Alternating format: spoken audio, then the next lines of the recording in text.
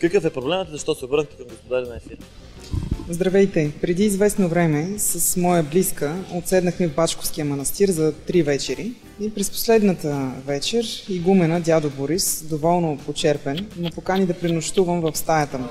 Аз бях шокирана.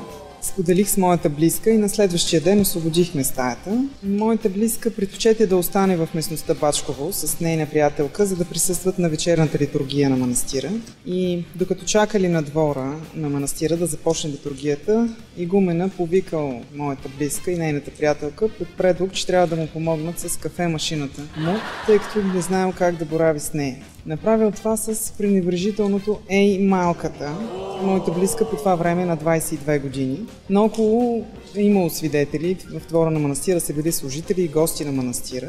Моите познати се отзовават на неговия призив, като той ги въвежда в фоайето на неговата стая, където се намирала кафе-машината, и в същия момент се опитал да прегърне, по-късно и да целуне моята близка.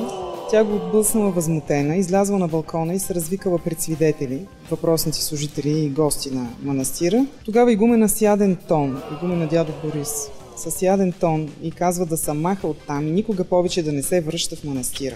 Тя и приятелката й си тръгват възмутени, като дори не успяват да чуят вечерната молитва.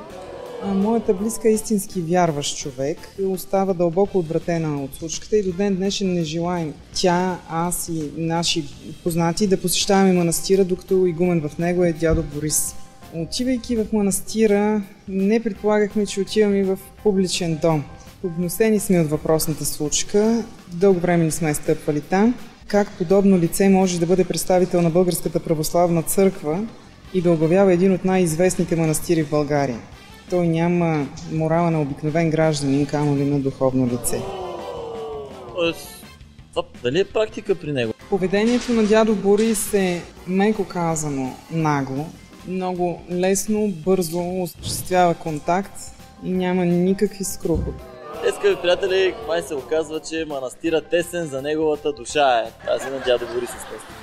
Това е сега от нас за господаря на ефира, Владимир.